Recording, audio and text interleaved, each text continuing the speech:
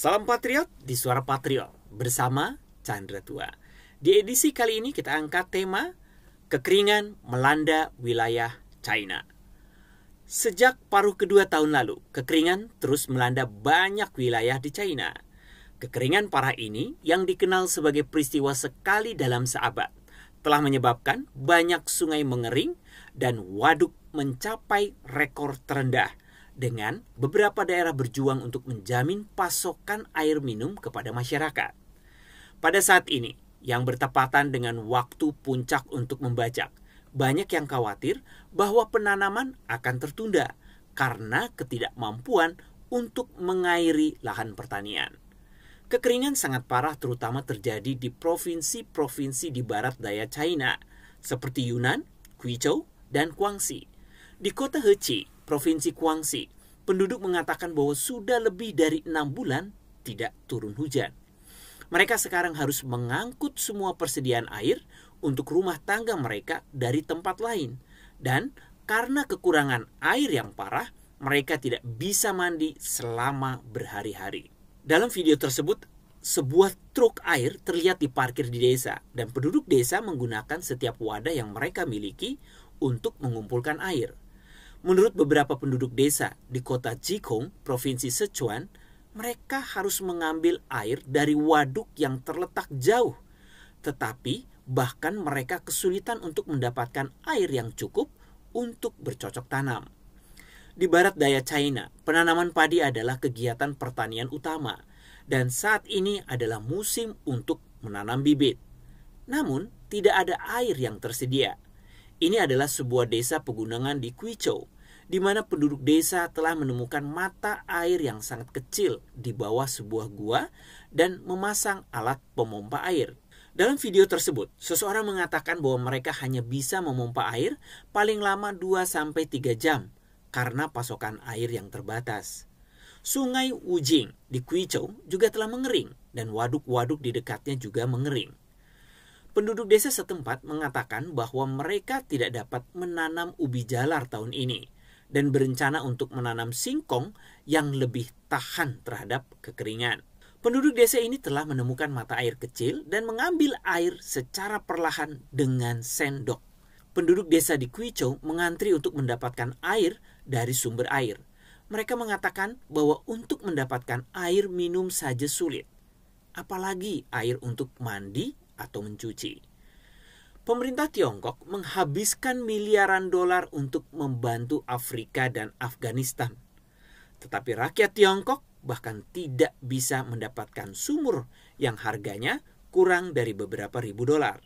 Untuk mencegah hilangnya sumber air yang terbatas, para petani di Guizhou telah memasang lembaran plastik di sebuah sungai kecil untuk menyalurkan air untuk irigasi. Sebuah sungai di Meichou, Guangzhou, telah mengering sepenuhnya. Dari lebarnya dasar sungai yang terlihat, dapat dilihat bahwa dulunya sungai ini adalah sungai yang sangat besar. Karena kekeringan, sebuah pabrik air mineral yang mengambil air dari gua juga menghadapi masalah kekurangan air. Manajer pabrik harus menyewa tenaga profesional untuk mencari sumber air baru. Tidak hanya di bagian selatan provinsi, di bagian utara China juga dilanda kekeringan. Ini adalah lahan pertanian di Provinsi Anhui, di mana gandum telah layu karena tidak ada curah hujan dalam waktu yang lama. Dalam video tersebut, penduduk desa mengatakan bahwa sebagian besar gandum di desa tersebut terlihat seperti ini, dan panen gandum tahun ini akan gagal total. Di kota Kaifeng, Provinsi Henan, lahan pertanian hampir berubah menjadi gurun, dan jagung yang baru tumbuh telah terkubur oleh badai pasir. Sungai Kuning di Provinsi Santung hampir mengering, dan dalam video tersebut, dasar sungai di bagian tengah Sungai Kuning terlihat. Menurut Buletin Iklim China 2022, iklim hangat dan kering di China pada tahun 2022 sudah terlihat jelas dengan bencana kekeringan dan banjir yang menonjol. Data menunjukkan bahwa suhu rata-rata nasional pada tahun 2022 adalah 10,51 derajat Celcius, yaitu 0,62 derajat Celcius lebih tinggi dari biasanya.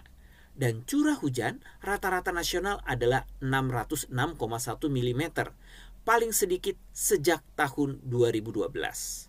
Di antara 15 provinsi di selatan, 12 provinsi telah mengalami penurunan curah hujan dan 6 provinsi di lembah Sungai Yangtze termasuk Sichuan, Chongqing, Hunan, Hebei, Jiangxi, dan Anhui mengalami penurunan curah hujan yang paling signifikan.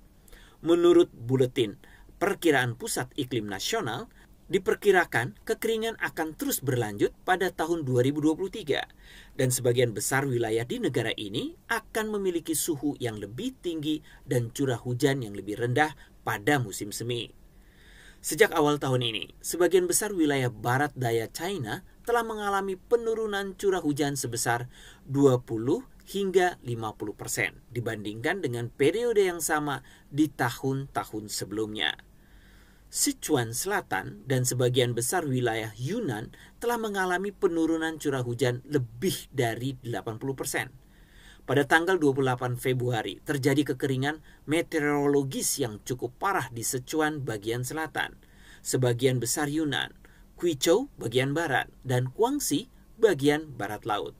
Cakupan area kekeringan di 4 provinsi ini adalah 458.200 km persegi, termasuk 141.900 km persegi kekeringan parah.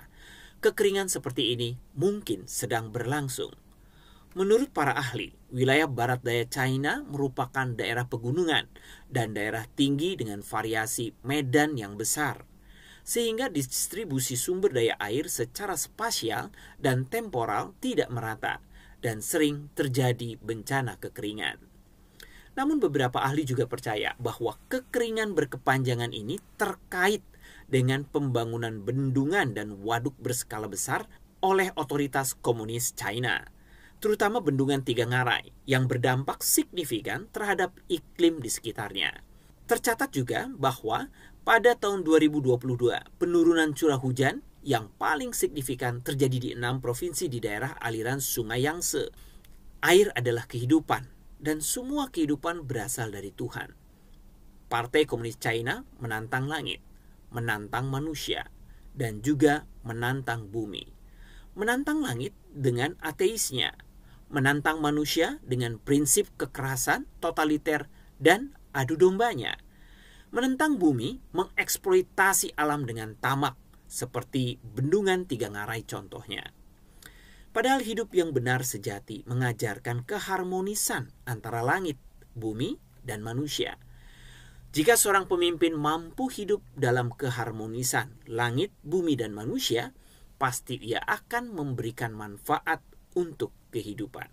Saya Chandra Tua, mohon undur diri.